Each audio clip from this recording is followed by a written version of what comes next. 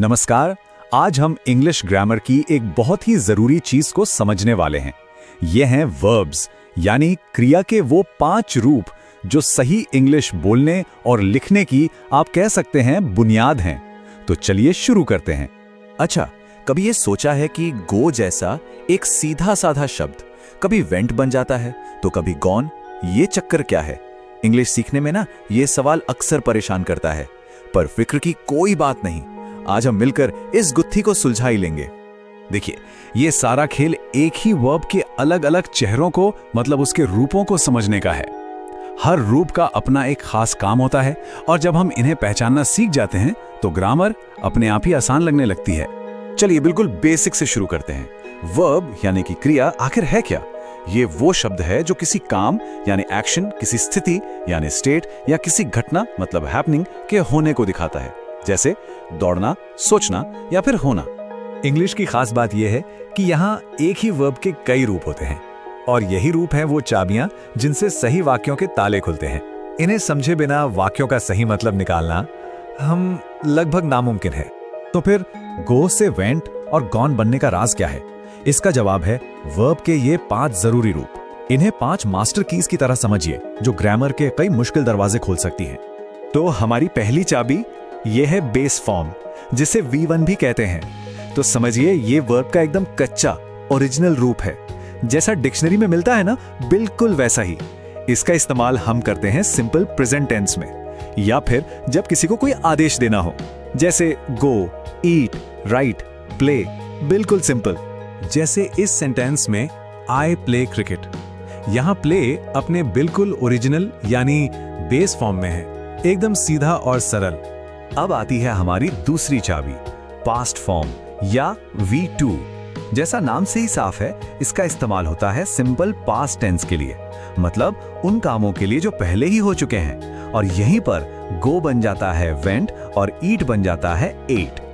जैसे इस वाक्य में शी वेंट होम।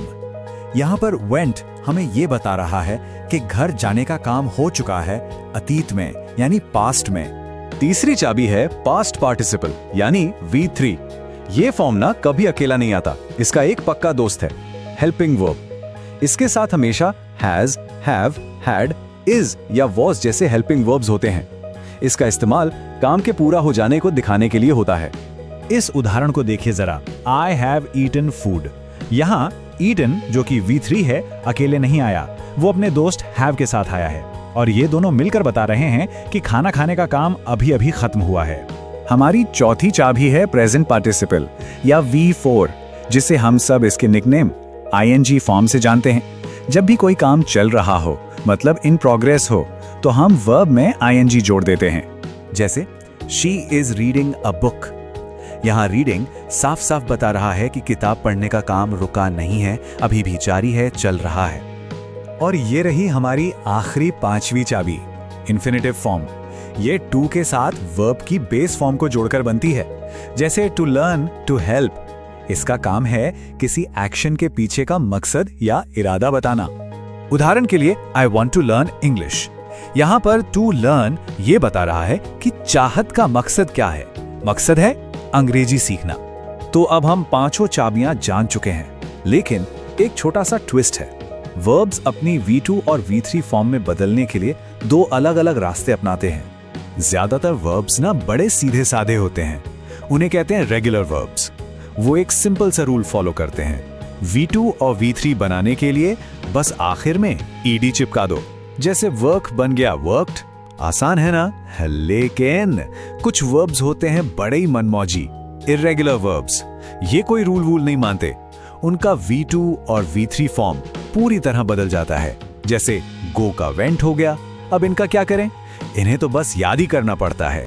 चलिए एक इर्रेगुलर वर्ब राइट का उदाहरण लेकर सब कुछ एक साथ देखते हैं। बेस फॉर्म है राइट, पास्ट फॉर्म यानी V2 है रोट, पास्ट पार्टिसिपल V3 है रिटन और ING फॉर्म V4 है राइटिंग। देखिए कैसे हर फॉर्म अलग है। अब जब हमने सारे कॉन्सेप्ट समझ लिए हैं, तो सवाल ये है कि इन पर पकड़ मजबूत कैसे की जाए।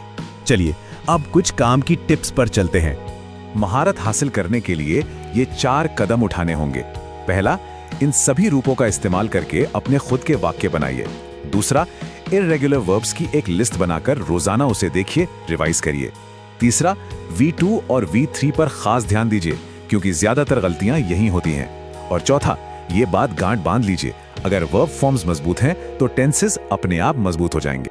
इन 5 चाबियों को समझना सिर्फ ग्रामर का एक नियम सीखना नहीं है, ये असल में अपनी बात को सही और असरदार तरीके से कहने की एक सुपर पावर है।